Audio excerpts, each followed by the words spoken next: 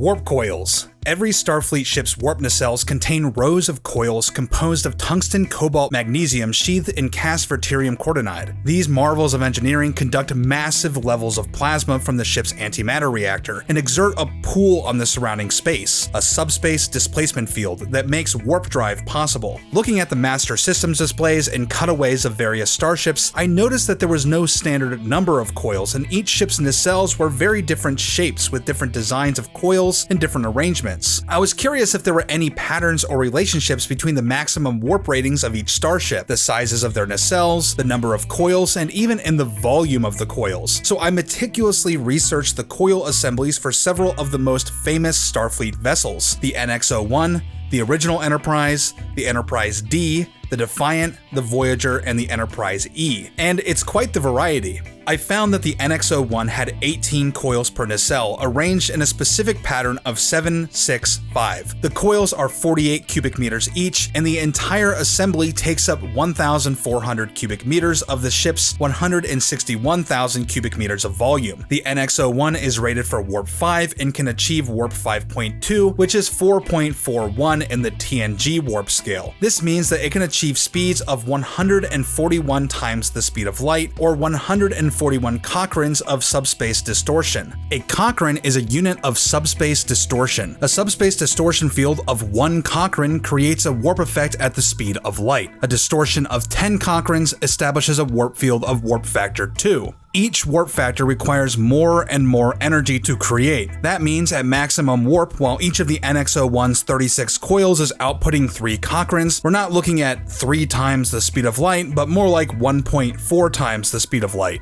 Each of its coils is 1,307 metric tons, based on ratios of volume to mass that I derived from the TNG technical manual. These coils displace 0.1 Cochrane per cubic meter. I'm kind of making an executive decision that all of these warp coils have the same density, so they all have the same volume to mass ratio. So keep that base assumption in mind every time I mention mass, but we'll explore some other options later in the video. The Constitution class has 8 coils per nacelle, a sharp decrease from the NX class. As far as the specifics of these coils, there's very little canonical data, but an MSD from In a Mirror Darkly shows the 8 coils clearly, as well as their thickness and their spacing, so I used a little bit of artistic license and brought them to life. These coils are 180 cubic meters each, and they are 4,856 metric tons each. All 16 of them comprise 2.5% of the ship's internal volume. The Constitution class, when converted to the TNG warp scale, has a max warp of 6.5, which means that its warp drive has a field displacement of 512 Cochranes. Each coil creates a subspace displacement field of 32 Cochranes, which is 0.17 Cochranes per cubic meter. Moving on, the Enterprise D returns to the 36 total coil count of the NX class, but unlike that vessel's patterned assembly, the coils on the Galaxy class are evenly spaced. These coils are an impressive 736 cubic meters and are almost 20,000 metric tons each. The entire coil assembly is 12,000 cubic meters, which means that both assemblies make up about 0.5% of the Galaxy's staggering internal volume of 5 million cubic meters. The Galaxy class is rated for warp 9.3, which means it outputs a subspace displacement field of 1,713 Cochranes. That's roughly 48 Cochranes per coil and almost 0.1 Cochranes per cubic meter of coil. The Defiant is a little odd because each nacelle only has 4 coils, but they're pretty hefty. Each coil is 463 cubic meters and about 12,500 metric tons. The entire assembly is 3,700 cubic meters, about 2% of the Defiant's internal volume, and it's 99,940 metric tons. The Defiant is rated for warp 9.5, which means that its subspace displacement field is 1,894 Cochranes. Each coil displaces a whopping 237 Cochranes, which implies that its coils are almost 400% more robust than those of a Galaxy class's coils.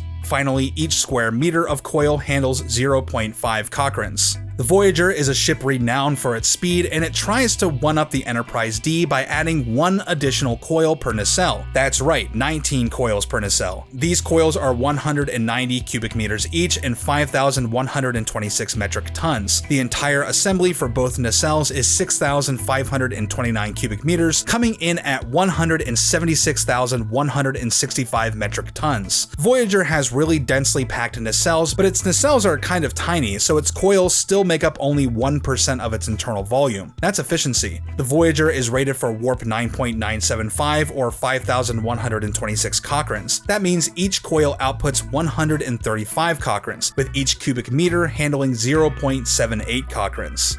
Finally, we move on to the Enterprise E. The Sovereign class returns to the long nacelles of old, but these nacelles contain 26 coils each and have a very pronounced taper, so each coil decreases in size from fore to aft. The first coil is 430 cubic meters and 11,600 metric tons, and the final coil is 132 cubic meters and 3,562 metric tons. The entire assembly for both nacelles is 13,880 cubic meters, coming in at 374,509 metric tons. The Sovereign class has an internal volume of 2,400,000 cubic meters, roughly half that of the Galaxy class, and its coil assembly takes up 0.6% of its internal volume. Now, the max warp factor of the Sovereign class is hard to nail down, but I'm going to use the figure that I used in my warp drive comparison video, which is warp 9.985, or a subspace displacement field of 6,473 Cochranes. All things being equal, that means that each individual coil outputs 124 Cochranes, but we also know that the coils get progressively smaller, so it's possible that each coil outputs a field proportional to its size. For now, we'll just assume that each coil kind of compensates for its size and they all output the same level of energy. So let's stack these numbers up against each other. By mass, we get the Galaxy class, Defiant, Sovereign class, Voyager, Constitution, and NX class.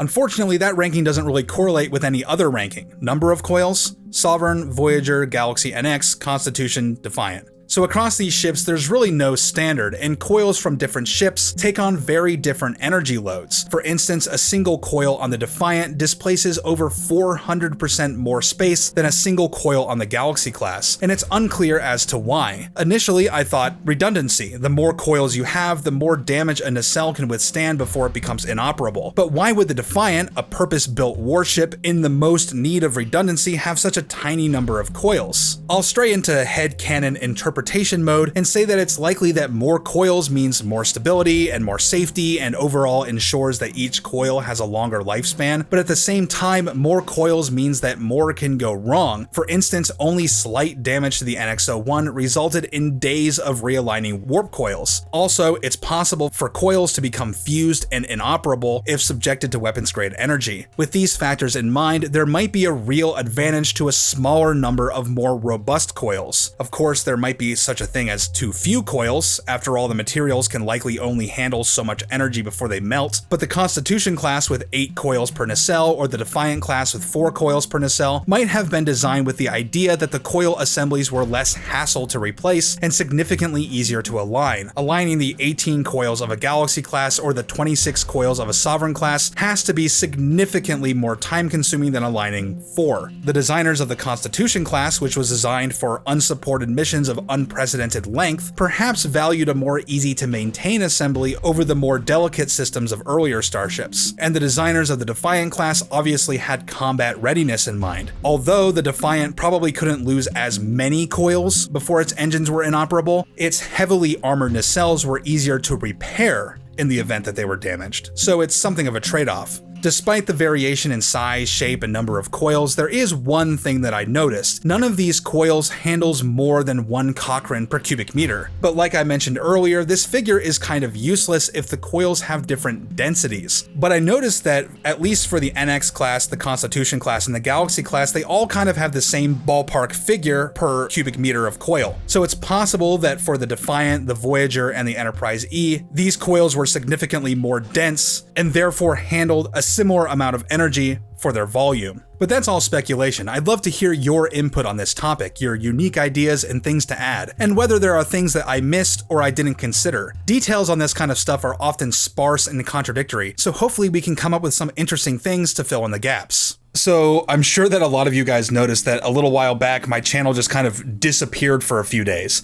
and that's because YouTube accidentally terminated my account. And now I got the issue fixed, but I'm still struggling to regain my momentum. These videos take a long time to research, to write, to record, to edit, and I realized that so much of my hard work was completely at the whims of faceless algorithms. I love making videos and I want to keep making videos for as long as I possibly can. And if you guys think that that's worth something, it would mean a lot to me if you supported me on Patreon. There's an amazing crew of over 70 viewers on Patreon that support me every month and are fundamental to the continued success of the channel. If you would like to number among them, feel free to check out my Patreon page and see if that's something you'd like to do. To the rest of you, thanks for watching, and I'll see you next time.